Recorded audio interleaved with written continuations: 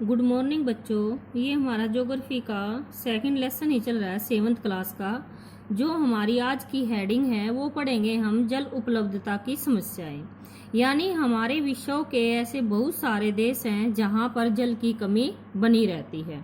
तो सबसे पहले तो हम यही जानेंगे कि हमारे विश्व के ऐसे कौन से देश हैं जहां पर जिन देशों को यानी प्रदेशों को जल की कमी का सामना करना पड़ता है।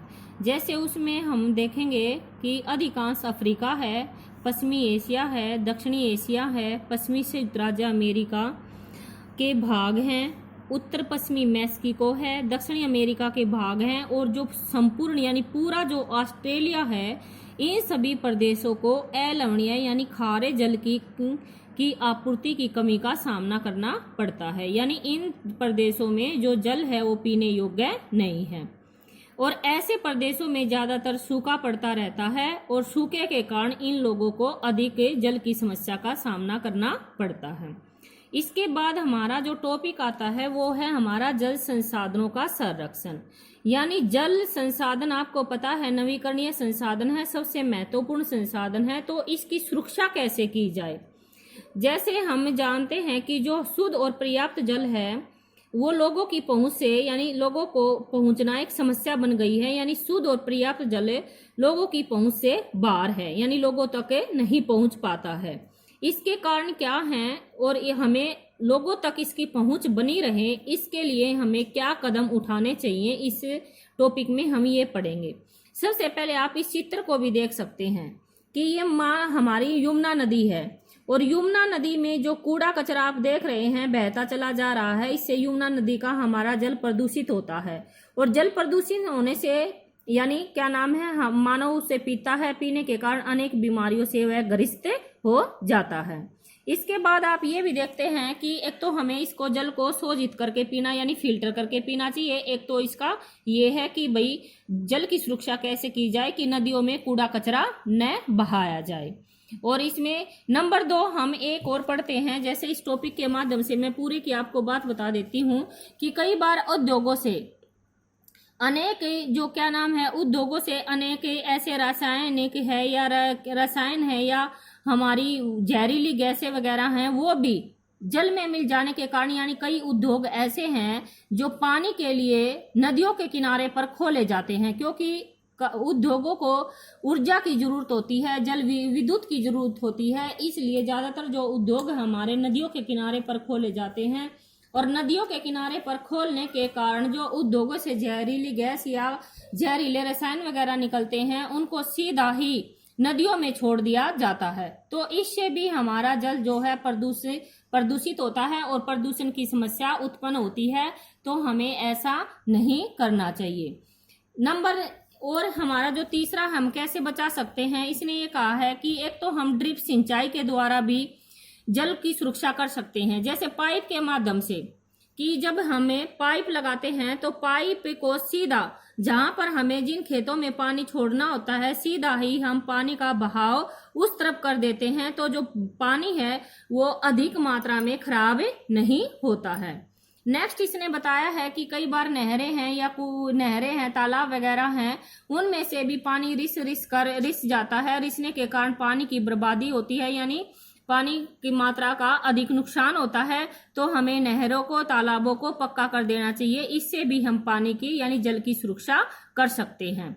नेक्स्ट ये बताया गया है कि सबसे पहले एक हमारा ये पॉइंट भी हम यहाँ से भी पढ़ सकते हैं कि अपने घरों की छत पर यानी पानी को हम कैसे बचा सकते हैं कि अपने घरों जब बारिश होती है तो अपने घरों की छत पर बारिश के जल को इकट्ठा करना चाहिए और जब जरूरत पड़ने पर उस जल का प्रयोग हमने करना चाहिए। एक आप इन्हें ये भी याद रखना, इसको जब हम बारिश के जल को छत पर इकट्ठा करते हैं तो इस विधि को हम वर्षा जल संग्रहण कहते हैं, ये याद रखें। औसतन 2 घंटे की वर्षा का एक दौर 8000 लीटर जल बचाने के लिए काफी है। यानी 2 घंटे में वर्षा का एक दौर 8000 लीटर जल बचाने के लिए काफी है। अब नेक्स्ट हमारा जो टॉपिक है वो है प्राकृतिक वनस्पति और वन्य जीव। सबसे पहले हम यहाँ पर प्राकृतिक वनस्पति के बारे में जानेंगे। प्रकृति के द्वारा जो वनस्पति हमें प्राप्त होती है वो प्राकृतिक वनस्पति है। यानी वनस्पति क्या होते हैं? पेड़ पौधे। तो पेड़ पौधे जो हैं प्रकृति के द्वारा हमें मिले हुए हैं। तो पेड़ पौधों के बारे में इसमें बताया गया है। सबसे पहले तो जैसे हम अपने आसपास देखते हैं, टोकरियां हैं, कुर्सियां हैं, बेंत वगैरह हैं, ये क्या है? टोकरियां हैं, कुर्सियां हैं। इसमें बताया गया है कि एक प्रदर्शनी है, वहां पर बहुत सारी अनेक चीजें दिखाई गई हैं। तो उसमें जो टोकरियां हैं, कुर्सियां हैं, ऐसी बहुत सारी चीजें हैं जो बेंत और बांस की बनी हुई हैं। तो ये जो बेंत और यानी जो बांस के जो पेड़ हैं वो उत्तरी पूर्वी आर्द्र प्रदेशों में बहुत अधिक मात्रा में पैदा किए जाते हैं।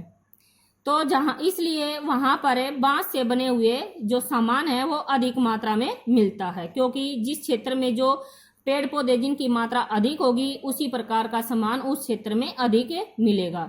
इसके बाद इसने पेड़ पौधों के बारे में बताया है कि कीटनाशकों से ये यानी जो रेशम है वो कीटनाशकों से प्राप्त किया जाता है, और जो रेशम कीट होते हैं वो शहतूत के पेड़ों पर पाले जाते हैं।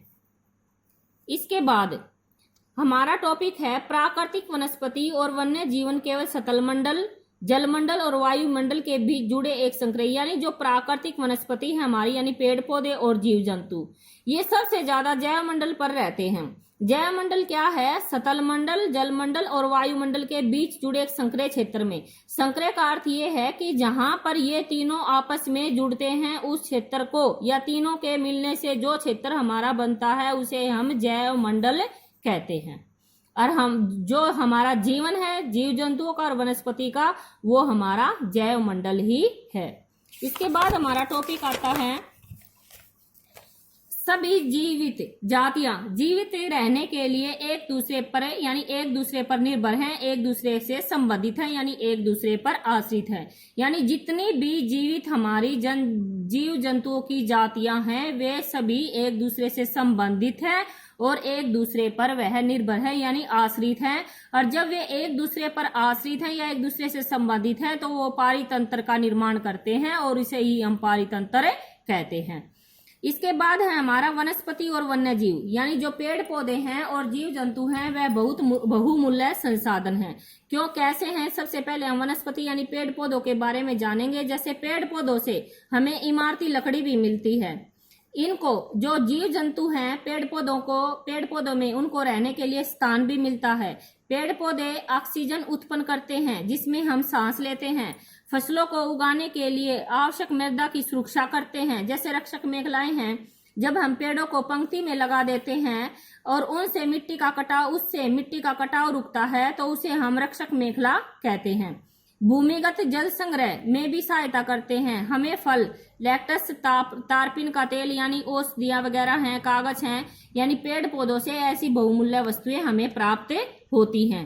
इसके बाद हमारा जो टॉपिक है पौधों के असंख्य यानी उपयोग हैं जिनसे यानी पौधों का हम प्रयोग करते हैं। अब नेक्स्ट टॉपिक है हमारा वन्य जीवन के अंतर्गत यानी जंतु, पक्षी, कीट। यानी वन्य जीव में क्या शामिल है? जंतु भी हैं, पक्षी भी हैं, कीट हैं और जलीय जीव, जल में रहने वाले जीव भी शामिल हैं। जीव जंतु और पक्षियों से हमें क्या क्या प्राप्त होता है? जैसे दूध है, मांस है, खाल है, ऊन प्राप्त होती है। जैसे इसमें उदाहरण भी दिया गया है कि कीट से हमें मधुमक्खी, जो कीट जैसे हैं जंतु, जैसे मधुमक्खी है, मधुमक्खी से हमें शहद प्राप्त होता है। फूलों के परागण में वह मदद करती है और पारितंत्र में अपघटक के रूप में एक महत्वपूर्ण भूमिका निभाती है। यानी मधुमक्खी से हमें शहद और फूलों के परागण में मधुमक्खी है मदद करती है। इसके बाद चिड़िया है। चिड़िया अपने भोजन के लिए कीटों पर निर्भर रहती है। तो इससे भी क्या नाम है? अपघटकों का क्या अर्थ है? जब चिड़िया अपने भोजन में जो छोटे मोटे कीट हैं उनको खाती है तो इससे भी हमारा पर्यावरण साफ सुथरा रहता है, यानी पर्यावरण प्रदूषण से बचता है। इसके बाद गिद्ध को माना गया है सबसे महत्वपूर्ण। जो गिद्ध है वो मृत यानी मरे हुए जीव जंतुओं को खाने के कारण एक अपमार्जनक यानी पर्यावरण शोधक माना जाता है, क्योंकि जो गिद्ध है वो मरे हुए जीव जंतुओं को खाता है, इससे हमारा पर्यावरण सुरक्षित रहता है। अगर आप मान लीजिए कि अगर मरे हुए जीव जंतु पृथ्वी पर ऐसे ही पड़े रहेंगे तो उससे प्रदूषण फैलेगा और प्रदूषण से हमारा पर्यावरण भी प्रदूषित हो जाएगा। इसलिए जो गिद्ध है वो पर्यावरण शोधक पक्षी माना जाता है। इसके बाद नेक्स्ट टॉपिक हमारा प्राकृतिक वनस्पति का वितरण, ये हम कल पढ़ेंगे। कल पढ़ने से पहले एक छोटा सा टॉपिक रह जाता है, ये मैं आपको बता देती हूँ। जैसे आप इसको ध्यान से पढ़ें, भारतीय उपमहाद्वीप में जिन पशुओं का उपचार डिक्लोफेनेक, एक्सप्रिंस अथवा इबोफ्रोबिन, ये आप तीन ध्यान से देखें, तीनों दवाइयों के नाम हैं, यानी ये तीन हमारी दवाइयां हैं जो पेड़ पौधों से यानी प्राप्त की जाती है। और इन दवाइयों से पीड़ा नासी से किया जाता था और उनके अपमार्जन उपरांत गिद्ध किडनी खराब होती, यानी इन दवाइयों से जिन जीव जंतुओं का इलाज किया जाता था, इलाज होने के बाद जब ये पक्षी यानी जिनसे इलाज होने के बाद वे पक्षी मर जाते थे और मरे हुए पक्षियों को जब गिद्ध खाता था तो गिद्ध की किडनी खराब होने के कारण वह मर जाता था। यानी जब इन दवाइयों का प्रयोग किसी जीव जंतु को ठीक करने के लिए प्रयोग किया जाता था और पशुओं का उपचार किया जाता था तो वो पशु मरने के बाद उनको गिद्ध खाता था और गिद्ध के खाने से उनकी किडनी खराब हो जाती थी। किडनी खराब होने से गिद्ध मर जाते थे और गिद्ध पर फिर क्या नाम है, गिद्ध की जो संख्या है वह बहुत कम होती गई।